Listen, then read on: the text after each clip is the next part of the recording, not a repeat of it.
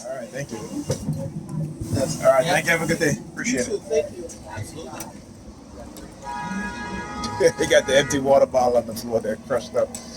He's like, absolutely. I'm talking to the woman, the bus driver, and as soon as my eyes shifted downwards, looking at the empty water bottle on the, as I stepped right off of the bus, it's right there. I tell you, they put things strategically in places where, they know that whenever they hijack my consciousness, I can see, right? Oh yeah. People are fucking hilarious. Bunch of clowns, man. Let me tell you, a bunch of clowns. All right? These are so-called people who want to call themselves Christians and want to act as if they have the moral authority. They have the moral authority. And motherfuckers have no morality. All right? Morality is not given to you. It's not doesn't come from your God or come from your belief in Christianity. All right? We as black people, we created morality. All right? I tell you, nigga peers love to talk about before God there was no morality. Red vehicle. What did I say? Right? You want to talk about the color? Psychological color warfare? So anyway, as I was saying, so nigga peers, they love to use the Bible. Where'd you get your morality from? It's not from God. And they forget in the very own Bible, right? The very own Bible. Right? Moses and his brother Aaron. Was it Aaron? No, Moses. Who's his brother name? I forgot his name anyway. But Moses, why did Moses flee Egypt? Because he did what? He killed one of the soldiers, right? So let me ask you a question: if there wasn't, if before God gave man the Ten Commandments, then again, if Moses killed one of Pharaoh's soldiers and had to flee because the Pharaoh soldiers was looking for him because he committed murder, right?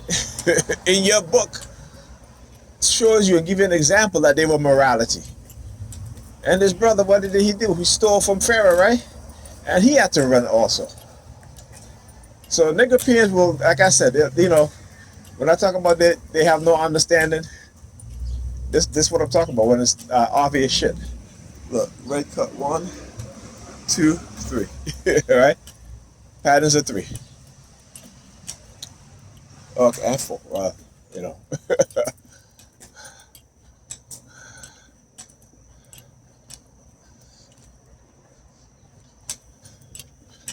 All right, there's another one right there too. It's interesting how all these red cars start parking on the block today, right? Hey, orchestrated, and look where they park right towards the front of the block that I have to walk on, right? This is what they do. Anyhow, so again, pointing out the shit that they cannot see, right? Pointing out the most obvious things in the Bible that they are blinded from seeing. They cannot see.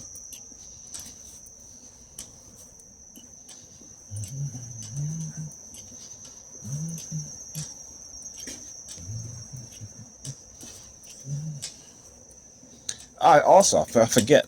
I was reading an article on in Boston. They're rolling out what is called a universal income. All right, here's the thing. With this universal income, you won't be able to own nothing. Right? It's just basic to pay your rent, buy your food, get some little food as possible, and very little clothing as possible. Right? And when we talk about this whole thing of universal income, we know what we're talking about. This is the elites planning these things. Right? There are those within the elite circles who have spilled the beans on what it is that they're trying to do. Right? See her walking up there, getting a red cup in her hand. Right? They have spilled the beans on what's taking place. Now look. And I talk about how they're using a certain color, right? And they always find new perps, right? I've never seen her before.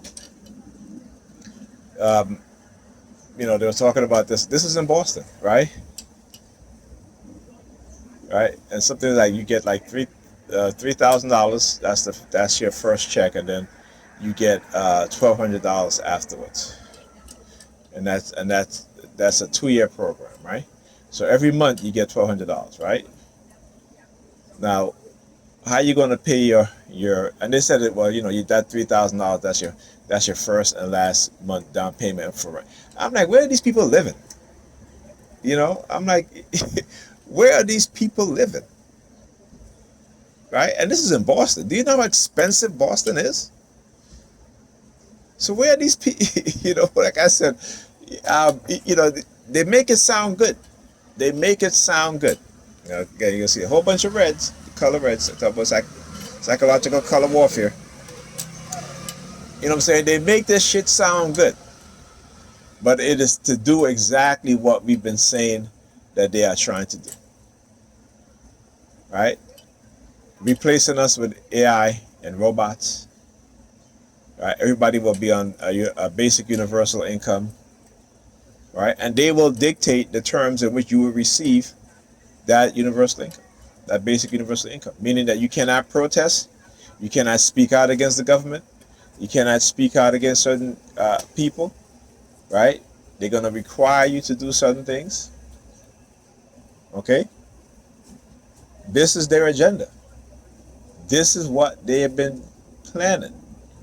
And the microchipping of all of us. Right? So when I talk about when, you know, nigger peons are digging themselves in the grave, in the mental grave, right? By not seeking knowledge, by only wanting to be believers. Right? But listen, they've already implemented parts of their program, particularly within the black community.